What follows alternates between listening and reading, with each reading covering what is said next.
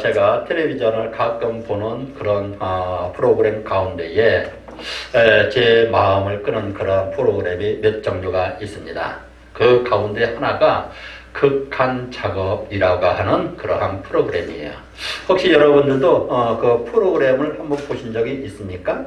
그 프로그램은 제목이 알려주듯이 우리 한국에서 아주 참 굉장히 어려운 직업에 있는 사람들, 그래서 어떤 극한적인 어떤 환경 속에서 힘든 일을 종사하는 그 사람들을 이 방송국의 기자들이 찾아가서 며칠 동안 함께 생활하는 거예요. 어려움을 같이 체험하면서 그렇게 하면서 그 어렵게 힘들게 살아가는 모습을 이 카메라로 찍어서 그래서 이 텔레비전에 방영하는 그런 것인데, 저는 그 프로그램을, 극한 작업이라는 그 프로그램을 볼 때마다 두 가지 점을 잔뜩하게 됩니다. 그 극한 작업에서 가장 단골로 나오는 그런 직종 중에 하나가 바로 무엇이냐 하면은 어선을 타고 바다로 나가서 고기를 잡는 그런 어부들의 그런 생활 모습이에요.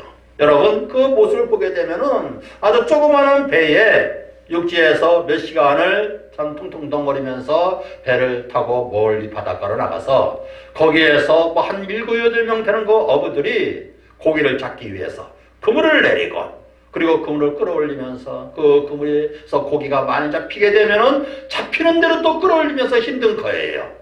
근데 그물을 내리면서 다시 또 끌어올리게 되는데 그물에 그 고기가 없으면은 없으면서 또 낙심하게 되고, 그렇게 하는 과정에서 대부분은 그런 가운데 애쓴 보람이 있어서 배에 고기를 가득 싣고 다시 즐거움을 가지고 이 육지로 돌아오는 그런 내용입니다. 여러분, 저는 그 내용을 보면서 먼저 처음 가지는 마음은 세상에서 쉽게 무엇인가를 얻어지는 그런 일은 없다. 여러분, 그 어부들이 잡는 그 고기가 무엇입니까? 보잘것없는 거예요. 어떤 의미에서는 뭐 고등어 하나, 꽁치 하나, 낙지 한 마리, 뭐 이렇게 보잘것없는 그런 생선이라 그거예요. 여러분, 그러나 그 보잘것없는 생선 한 마리를 찾기 위해서도 그들은 얼마나 많은 수고를 하게 됩니까? 여러분, 그리고 그런 수고 덕분에 우리는 그 식탁에서 맛있는 생선을 반찬을 먹을 수가 있는 거예요. 그리고 두 번째로 제가 가지는 마음은 더 귀한 것을 얻기 위해서는 더 귀한 수고와 어떤 애씀이 반드시 있어야 된다. 여러분, 그렇게 해서 그 극한작업이라는 그 프로그램을 보면서 우리 그리스도인들은 어떠한 마음을 가져야 되느냐? 인생이란 행복하고 즐겁고 신나는 그런 소풍을 가는 그러한 어린아이가 아니고, 저 넓은 들판에서 힘겹게 일을 하는 농부의 마음을 가져야 바로 그것이 이 시대의 하나님의 말씀으로 살아가는 참된 크리스찬이라 그거예요. 여러분, 그 농부의 마음은 바로 자기가 그 필요한 것을 얻기 위해서 결코 헛된 마음으로 아무 수고도 없이 그 봄과 그리고 여름을 지나지 않습니다. 한편은 자기가 얻으려고 하는 것이 더 많고 더 귀한 것일수록 거기에 합당하게 더 많은 수고를 하게 된다 그거예요. 여러분, 그리고 그 농부 가운데 또한 참된 농부는 봄과 여름과 가을을 거쳐서 수고하면서 한편으로는 가을의 모든 것을 거둬들이고 눈이 오고 날씨가 추워지는 겨울에는 두 손을 놓고 기다리는 것이 아니에요. 여러분, 진정한 진실한 농부는 가을의 모든 그 곡물을 창고에 거둬들이고 이제 편안히 쉬어야 될 그런 겨울이 되었음에도 불구하고 그 다음에 새로운 봄을 준비하는 그러한 바로 예비자가 참된 농부라 그거예요. 여러분, 그래서 지금도 그렇지만 과거에도 정말 부지런한 농부는 그 겨울에도 한시도 쉬지를 않았어요. 그 다음 봄에 쓸만한 그러한 어떠한 것을 준비하면서 사람마에서 밤늦게까지 새끼를 꼰다든지 가마를 짠다든지 아니게 되면 어떤 곡식 씨앗을 기른다든지 하면서 내일을 준비하는 그런 사람이었다 그거예요. 여러분, 그렇게 하는 가운데 오늘 말씀에서 보게 되면은 사무엘이라고 하는 그 선지자의 모습을 보게 됩니다. 사무엘이라는 선지자는 이제 인생의 가을을 맞이했습니다.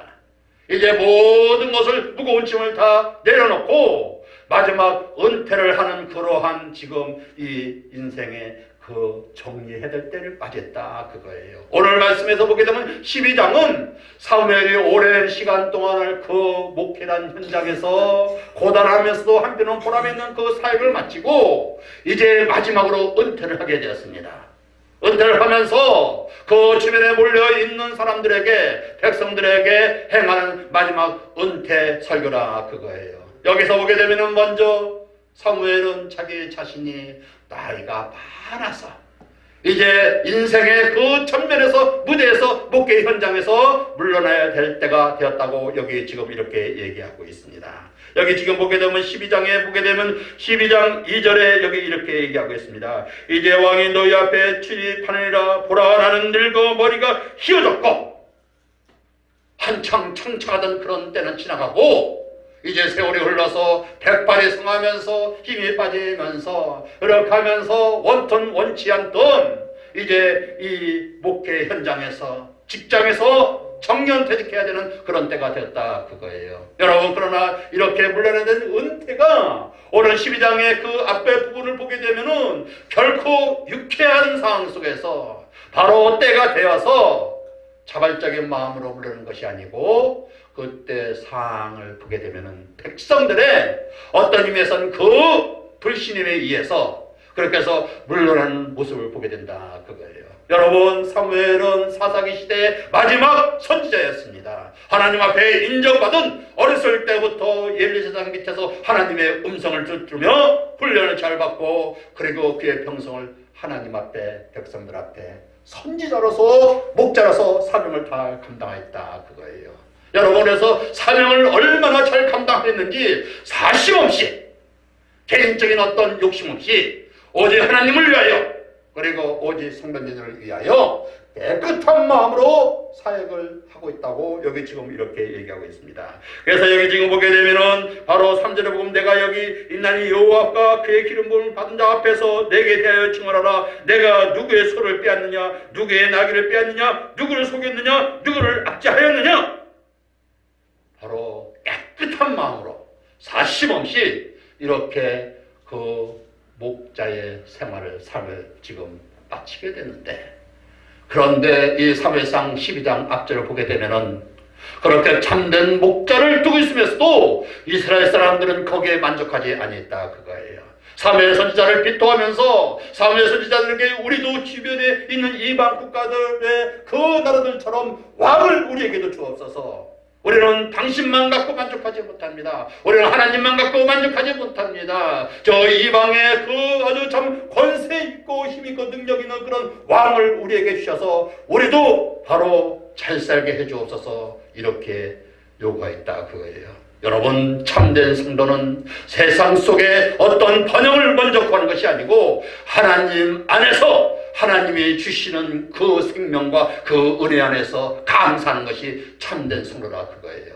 여러분, 그러나 이스라엘 백성들은 그것이 아니고 세상 속에서 무엇인가 더 잘 사는 방식을 구하기 위하여 사무엘 선지자를 옆으로 물러가게 하고, 그리고 새로운 사울 왕을 사무엘 선지자의 어쩔 수 없는 그 기름 부음으로 인하여 하나님의 그 허락하신 속에서 사울 왕을 지금 이제 세우고, 그리고 자신이 그동안 이스라엘 백성들 앞에서 말씀을 가르치며 예배를 인도하며 한편은 어떤 어린이를 쓸 때에 지도로서 그렇게 판결을 내리는 그런 지도자의 그 바톤을 누구에게 주냐면은 사울 왕에게 주고, 자기 자신은 나이도 먹었지만 그러나 백성들이 원하지 않기 때문에 쓸쓸하게 은퇴를 해야 되는 이런 때라 그거예요. 여러분, 그렇게 해서 전반부는 바로 그렇게 그 주변 상황 속에서 나이가 먹고, 그리고 여러분들의 뒤에서 내가 물러나지만 후반부에서는 그럼에도 불구하고 내 인생의 바로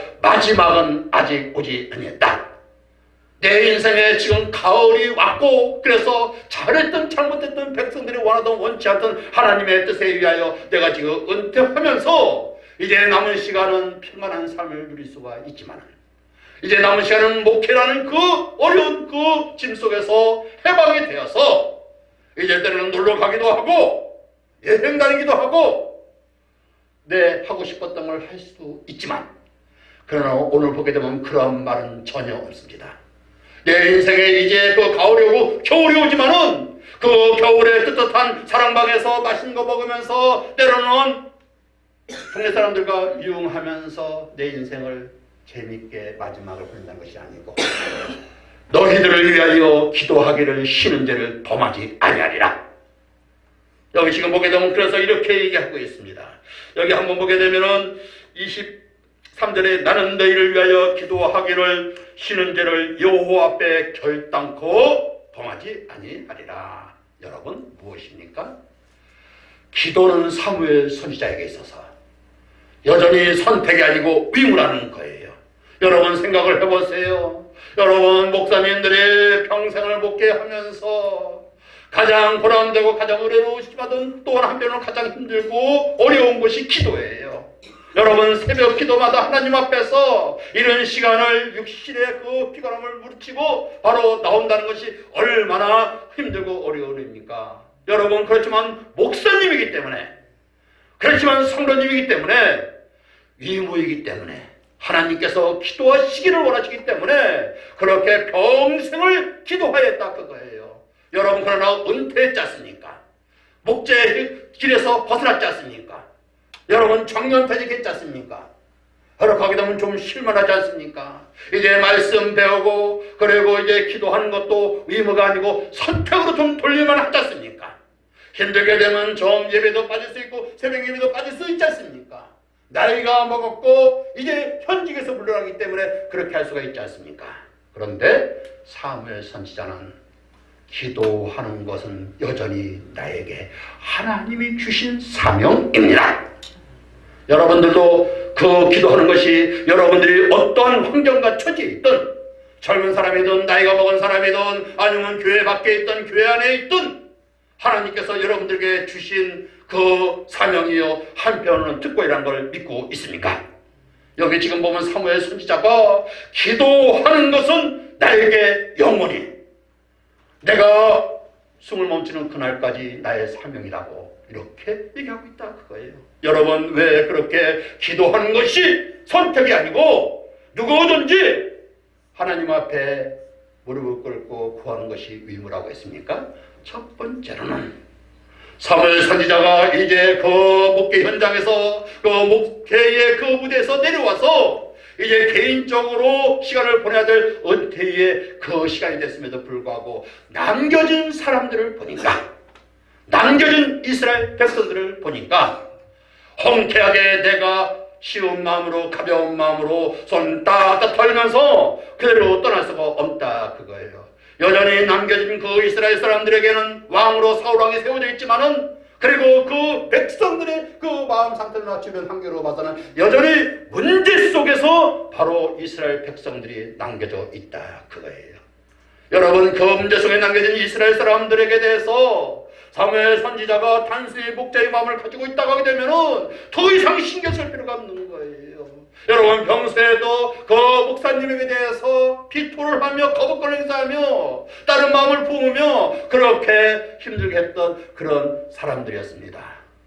이제 때가 돼서 은퇴하는데 그 사람들을 마음에 둘 그 필요가 없겠습니까? 그러나 지금 사무엘 선지자는 남겨둔 사람들을 보니까 내 마음이 아픈 거예요. 내 마음이 힘든 거예요. 그대로 그냥 두면서 손 팔팔 털 수가 없다 그거예요. 여러분 알고 계십니까? 부모님이 그 어린 자녀들을 집에 두고 멀리 떠나야 될 때에 그 자녀들이 스스로가 알아서 잘 처리할 수 있는 나이와 그리고 그런 능력이 되게 되면은 그렇게 하게 되면은 어느 정도 마음을 안심하고 아버지가 어머니가 먼 길을 떠날 수가 있지만 남아있는 아이들이 아직 철이 없고 철이 있다 하더라도 아직도 생각이 짧아서 그래서 부모가 떠나고 나서 그들에게 닥칠 위험을 생각하면은 도저히 발걸음이 바로 쉽게 떠나지 아니하는 거예요. 이런 마음을 무슨 마음이라 합니까? 아버지의 마음. 이런 마음을 누가 가졌습니까? 바울 목사님.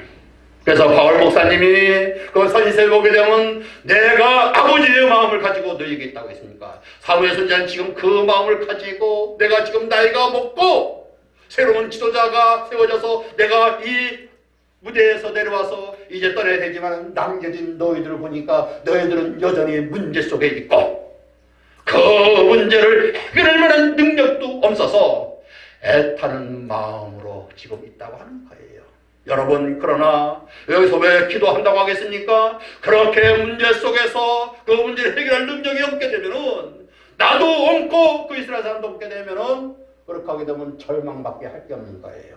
그러나 여기 지금 보게 되면 사무엘 선지자가 기도를 하겠다는 것은 무엇입니까? 그 문제 속에서 그 문제를 해결하고 그 문제를 이끌어가실 전능하신 분을 발견하였다. 여러분들의 삶 속에서도 여러분들의 삶을 여러분들 자신을 보게 되면은 도저히 여러분 자신이 해결할 수도 없고 누구도 해결할 수가 없지만은, 그러나 사무엘 선지자는 무엇입니까? 그 문제를 해결하실 전능한 이가 계시다. 그 전능한 이는 바로 누구라는 것입니까? 하나님이시다. 그 하나님께 자기 자신이 지금 기도한다는 거예요. 여러분, 사무엘 선지자도 힘이 없습니다. 나이가 먹었습니다. 더 이상 어떤 영향력도 행사할 수가 없습니다. 그러나 사무엘 선지자께 기도하기를 원하는 하나님께서 그 문제보다 더 권능이 크시다. 더 위대하시다. 여러분, 기도는 누가 하는지 압니까? 현실 속에서 절망하지만 그러나 그 절망을 해결할 수 있는 하나님이 계시다. 그 하나님이 계시다는 걸 믿을 때 기도하게 되는 거예요. 여러분, 그래서 신앙의 사람 다윗이라고 하는 사람을 보세요. 다윗이 그 시편에 그 150편에 보게 되면 상당수가 다윗이 지은 시입니다. 그런데 그 다윗이 지은 상당수 가운데 탄식시라고 합니다. 탄원시라고 하는 그런 시들이 많이 있어요. 여러분, 그 탄원시라는 건 뭐냐 하면은 바로 다윗이 절망 가운데 부르짖는 거예요. 여러분, 다윗의 일생을 보세요. 젊었을 때는 10년 동안에 그 장인인 사울왕에 의해서 쫓겨다녔습니다. 왕이 된 다음에도 끊임없이 안카 밖으로 어려움을 겪었어요. 심지어는 그 노년에는 아들 2명이 영모로 아버지를 죽이고 쫓아내려고 했습니다. 그의 인생을 살펴보게 되면 눈물과 탄식이 없으면 갈 수 없는 그런 험난한 인생을 살았다 그거예요. 어둠 속에서, 절망 속에서, 문제 속에서 살았다 그거예요. 여러분, 그래서 그 다윗은 시편의 많은 시를 전반부에서는 탄식하고 탄원하면서 절망 속에 바로 자기의 심령을 토로합니다. 여러분, 그러나 거기서 끝나면은 아무것도 아닌 거예요. 세상 사람인 거예요. 왜 다윗이 위대합니까? 그 탄원시, 탄식시의 그 후반부에 가게 되면은 이렇게 절망 속에서, 문제 속에서 내가 지금 탄식하며 울부짖을 수밖에 없지만은, 그러나 그 문제를 해결하실 하나님이 계십니다. 하나님께서 영광을 받으시기를 원합니다. 하나님께서 이 문제를 해결해 주시고, 하나님께서 날 목자가 되셔서 내가 지금 상황에 음침한 골짜기를 겪을지라도 하나님이 지팡이로 내 인생을 문제 속에서 이끌어 주십니다. 그래서 하나님은 우리 인생에, 우리 문제 속에, 우리 절망 속에 해결하실 수 있는 유일한 전능하신 하나님이십니다. 다윗이 그것을 알았기 때문에 처음에는 탄식으로 시작하지만, 절망 속에 시작하지만, 후반부에서는 하나님 앞에 내어달리는 기도의 사람이 될 수 있었던 거예요. 여러분, 지금 사무엘 선지자는 이것을 지금 얘기하고 있는 거예요. 하나님 앞에 하나님만이 너희들을 해결할 수 있는 전능하신 하나님이기 때문에 내가 그 하나님 앞에 기도하리라. 마지막 세 번째는 무엇입니까? 그 하나님이 위대하시고 권능의 하나님이다 할지라도 그 하나님을 움직여야 된다 그거예요. 그 하나님을 움직여서 이스라엘 백성들을 위하여 직접 띄워주시고 직접 개입하시고 그들을 위로해 주시면서 때로는 책망 속에도 소망으로 이끌어 가셔야 된다 그거예요. 누가 그 권능의 하나님을 움직일 수가 있겠습니까? 누가 이 땅에 있는 사람들이 하늘 보좌로 올라가서 하나님의 그 보좌를 움직여서 하나님을 바로 선한 뜻으로 펼쳐하시겠습니까? 아무도 못한다는 거예요. 여러분, 그러나 그 하나님의 보좌를 사무엘 선지자는 움직일 수 있다는 걸 믿는 거예요. 전능하신 하나님을 비록 나는 연약하지만 내 이 기도로 하나님의 보좌를 움직이겠다. 그리고 하나님께서는 그것을 원하신다 그거예요. 왜 그렇습니까? 여기 보게 되면은 바로 사무엘상 13장, 12장에 보게 되면은 여기 이렇게 지금 말씀하고 있습니다. 사무엘상 12장 22절에 보면 여호와께서 너희를 자기 백성으로 삼으신 것을 기뻐하셨으므로 여호와께서는 그의 크신 이름을 위해서라도 그 백성을 버리지 아니하시리라. 지금은 문제 속에 있는 것 같습니다. 지금은 절망 속에 있는 것 같습니다. 주변으로부터 악재를 당합니다. 그러나 그 하나님이 아직도 너희를 버리지 않았다 그거예요. 기뻐하신다 그거예요. 여러분, 그러므로 그 하나님의 기쁘신 뜻을 바로 이스라엘 사람들에게 펼쳐가기 위하여 사무엘 선지자는 자기가 마중물이 되겠다고 하는 거예요. 여러분, 옛날에 보면은 우물에 펌프가 있었습니다. 그 펌프가 움직여서 그 깊은 곳에 물이 끌려서 올리기 위해서는 무엇이 필요합니까? 한 바가지의 물이 필요한 거예요. 그렇죠? 그 한 바가지의 물. 그것이 없으면 아무리 펌프가 좋고, 그리고 밑에 그 아주 맑고 좋은 물이, 우물물이 있다고 하더라도 끌어올릴 수가 없는 거예요. 펌프에 그 물을 부어야 되는데, 그 물은 많은 물이 필요한 게 아니에요. 조그만한 물. 한 바가지 물. 그 한 바가지 물로 인해서 그 다음에 끓여져 올리는 물이 얼마나 맑고 시원하고 좋습니까? 그거에 비하게 되면 정말 사소한 물이에요. 여러분, 그러나 그런 사소한 것이라도 하나님 앞에 먼저 들이밀게 되면 결코 은혜의 샘물은 끌어올리지 아니한다 그거예요. 여러분, 그래서 하나님을 움직이시기 위하여 하나님께서는 많은 것을 요구하지 않았어요. 아주 조그맣고 보잘것없는 이것을 예수님께서는 겨자씨와 같은 믿음이라고 표현했습니다. 여러분, 겨자씨와 같은 믿음만 있으면 너희들이 이 산더러 명하여 저 바다로 던져지라면 던져질 것이요. 여러분, 이것은 바로 뭐냐면 육체적으로 눈에 보이는 이런 어떤 저 산을 바다로 던져지라고 해서 의미하는 것이 아니에요. 바로 어떠한 거대한 산과 같은 큰 어려움이 있을 때에, 영적인 그런 산에 짓눌리는 그런 상황이 있을 때에 나 같은 사람이 기도해서 뭐해? 나이가 먹고 이제 나는 기도도 잘못하고 예배도 잘못하고 믿음도 잘못한데 이런 나 같은 사람이 기도해서 무슨 소용이 있겠어? 이렇게 생각할 정도로 보잘것없는 기도를 할지라도, 게다가 심한 믿음이라 할지라도 하나님께 기도하시면 하나님께서 그 사람을 기뻐하셨으므로 하나님께서 그 사람을 결코 버리지 아니했기 때문에 바로 그 짓눌림의 산을 끄집어내셔서 완전히 바닷가로 완전히 산산조각에 던져버리시고 해결하고 새로운 해방을 주리라. 지금 보게 되면 사무엘 선지자가 그걸 얘기하고 있는 거예요.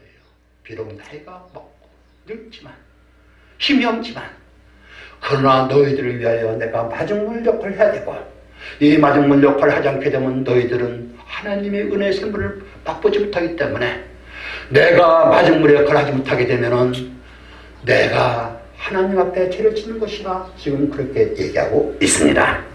여러분, 지금 이 시대에는 여러 가지로 많은 문제점이 있습니다. 여러분, 이 나라와 이 민족에 지금 누군가가 마중물이 필요할 때예요. 여러분, 저는 확신을 가지고 있습니다. 역사 공부를 공부하면 할수록 5,000년 역사란 우리 한국 민족처럼 주변에 의해서 탄압받고 주변에 의해서 시달림받고 그렇게 하는데, 그 민족 안에서는 또한 힘 있는 자가 힘 없는 자를 짓누르면서 압제하면서 항상 대부분의 백성들은 굶주림 속에서 전쟁에 의해서 살아가면서 지지를 못난 민족이었어요. 여러분, 그러나 지금 우리가 어떻게 이렇게 번영을 누리게 됐습니까? 바로 150년 전에 하나님의 복음이 들어옴으로써 우리의 믿음의 조상들이 할 수 있다. 한번 따라해보겠습니다. 할 수 있다. 할 수 있다. 850년 동안은 할 수 없다가 유행가였습니다. 근데 하나님의 복음이 들어오니까 4850년이 완전히 그냥 한쪽으로 밀려나고 할 수 있다. 그렇게 해서 여기 오는 거예요. 그러나 한편 주위를 둘러보세요. 영적으로 좀 큰 어려움이 바로 이 나라를 뒤엎고 있습니다. 음란과 그리고 총력과 그리고 탐욕과 타락이 이 나라의 편정차축처럼 자라고 있습니다. 국민들은 한 마음이 되지 않고 갈래갈래 나눠져 있습니다. 남과 북의 문제는 심각한 이 나라의 어떤 방향을 짓는데 중요한 지금 어떤 그 과정이 되고 있습니다. 여러분, 이러할 때에 이 남겨진 문제가 이 나라를 하나가 되게 하고 이 나라를 화합의 나라가 되게 하며 이 나라를 다시 한번 하나님의 뜻에 의해서 전 세계 예루살렘에 되게 하기 위해서는 누군가가 마중물이 필요하다 그거예요. 그리고 여러분들의 가정을 되살리기 위해서는 누군가가 마중물이 필요하다 그거예요. 여러분, 그 마중물은 누가 돼야 되겠습니까? 나는 이제 현직에서 물러났으니까 상관없어. 나는 나이가 어리니까 상관없어. 할 수 없어. 보잘것없으니까 할 수가 없어. 그것이 아니에요. 이 나라와 이 민족을 사랑하고 그 가정을 사랑하는 사람, 그리고 그 가정과 나라를 수많은 문제가 있지만 하나님은 해결할 수 있습니다. 이걸 믿고 그 기쁘신 하나님의 뜻을 위하여 내가 기도하겠다는 사람에 의해서 가정이 새로워지고 나라가 새로워지는 것입니다. 여러분, 이것을 믿습니까? 제가 요즘 즐겨 설교를 듣는 목사님 중에 한 분이 이영길 목사님이십니다. 저는 지금도 계속해서 성경을 공부할 뿐만 아니라 목사님의 설교를 통해서 제가 자꾸 영적으로 은혜 받으려고, 신학교 졸업했으니까 이제 그런 거 필요 없다는 것이 아닙니다. 항상 끊임없이 말씀을 배우고 또 은혜를 받아야 돼요. 그래서 많은 목사님의 설교 제가 듣고 의뢰받고 또 저도 배우고 하는데, 그 가운데 요즘 제가 특별히 참 감동을 받으면서 배우면서 의뢰를 받는 분이 이연길 목사님이 계십니다. 성도님은 잘 모르실 거예요. 이미 한 10년 전에 은퇴하셨어요. 이분은 미국의 47살에 그 이민을 가져서 그곳에서 한인교회에서 목회하시면서 그렇게 해서 나름대로 의미 있는 그 목회 생활하시고 설교도 나름대로 참 어렵게 잘한다는 평가를 받고 은퇴하신 분이에요. 근데 아직까지도 이 유튜브에 보게 되면은 그 설교를 하면서 이런 어떤 초청 설교를 하시면서 그렇게 하더라고요. 그분이 그런 얘기를 하는데 참 가슴에 와닿더라고요.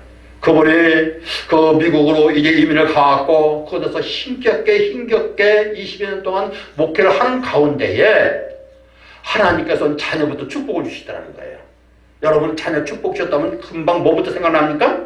좋은 대학교, 좋은 직장. 근데 그분은 그거 갖고 얘기하는 게 아니에요. 그래서 그분이 그 아들이 결혼을 했는데 참 좋은 별을 맞이했다는 거예요. 여러분, 좋은 별이는 뭡니까? 좋은 학교, 좋은 집안. 세상적인 관점에서 보게 되면 하버드 대학을 나왔대요. 대학 교수래요.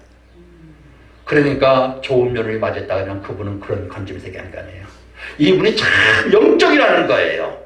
머리가 좋아서 하버드 대학을 간 것은 참 감사하지만은 그것보다도 자녀를 어떻게 하면 진정으로 사랑하고 어떻게 하면 진정으로 복된 그 자녀를 키울까를 알고 있더라 그거예요. 젊은 나이에도 불구하고. 그러면서 뭐냐 하면은 이제 새벽 기도를 마치고 겨울에 그 아파트 집으로 들어오면은 며느리가 갓 태어난 그 시뻘건 피투성인 그 아기를, 갓난 아기를 밖에다 놓고서 기다린다는 거예요.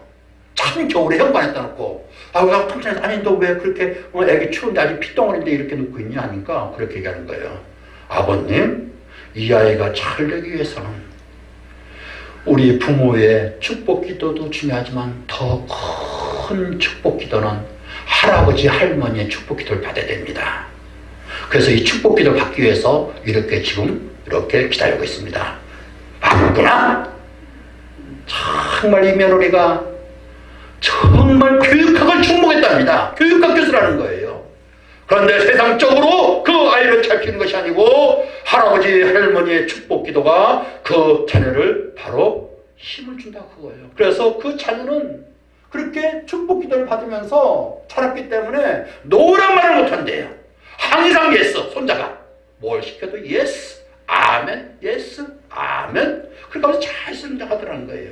여러분, 성경 속에서 여러분들이 가장 좋은 모델을 삼고 여러분들의 자녀, 손자녀가 그런 자녀가 되기를 원하는 그러한 사람 중에 한 사람이 누구입니까? 요셉이죠?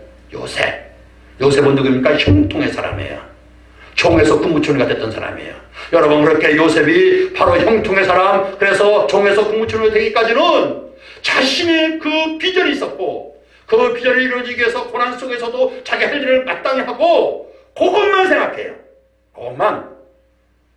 그런데 그 요셉의 뒤에는 할아버지 이삭의 기도와 가르침이 있다는 걸 아는 사람은 별로 없습니다. 성경을 깊이 연구해 보게 되면은 할아버지 이삭이 요셉이 15살까지 살아 계셨어요. 여러분, 그렇게 하면 그 할아버지 이삭이 그 요셉을 품 안에 안고 뭐를 하겠습니까? 세상 얘기해 주겠습니까? 뭘 얘기해 줬습니까? 할아버지, 그 증조 할아버지 아브라함이 믿음대로 살려고 하다가 이 할아버지를 모리아산으로 끌고 가고 그래서 죽이려고 했단다. 근데 거기서 하나님이 은혜 주셔서 양을 미리 예배해 주시고 그렇게 해서 그곳에서 하나님이 예배하심을 받은 것이 우리 가족의 전통이란다. 사랑하는 손자야, 너는 이런 증조 할아버지 그리고 이런 할아버지의 축복과 믿음 속에서 태어난 복된 존재란다. 그러면서 자꾸 기도해 주지 않겠습니까? 그러니까 그런 증조 할아버지의 믿음과 그리고 그 늙은, 그래서 아무 힘이 없지만은 그러나 그 사랑하는 손자를 위해서 요셉을 위해서 기도해준 이삭의 그 기도가 있었기 때문에 요셉이 된 거예요. 여러분, 우리 세계로 열린 교회는 이 시대의 마중물입니다. 여러분들의 가정을 먼저 복되게 하고 싶습니까? 가정을 먼저 사랑하며 그 가정의 주인은 하나님이심을 믿는 사람이 먼저 마중물이 되어 기도하시기를 축원합니다. 이 나라와 이 민족을 정말 사랑하고 여기서 이대로 되면 이 나라가 엉망이 될 것 같은 그런 큰 문제식 속에서 애끓는 성도만이 바로 이 나라와 이 민족을 위해서 마중물에서 기도하기를 축원합니다. 기도할 때에 우리 세계로 열린 걸 통하여 주의정을 통하여 여러분 통하여 비록 보잘것없지만 시골에 있는 작은 교회지만 하나님은 겉모양을 보시지 아니하고 중심을 보시는 하나님이 이 보잘것없지만은 그러나 이 교회에서 나라와 민족을 위하여 가정을 위하여 기도하는 사무엘의 길을 잇는 그 사람들에 의하여 가정이 세워질 줄 믿습니다. 여러분의 가정이 세워질 줄 믿습니다. 우리 사랑하는 조국 대한민국이 새로워질 줄 믿습니다. 이런 축복이 오늘부터 시작하는 은혜의 시간이 되길 축원합니다. 기도하시겠습니다. 하나님.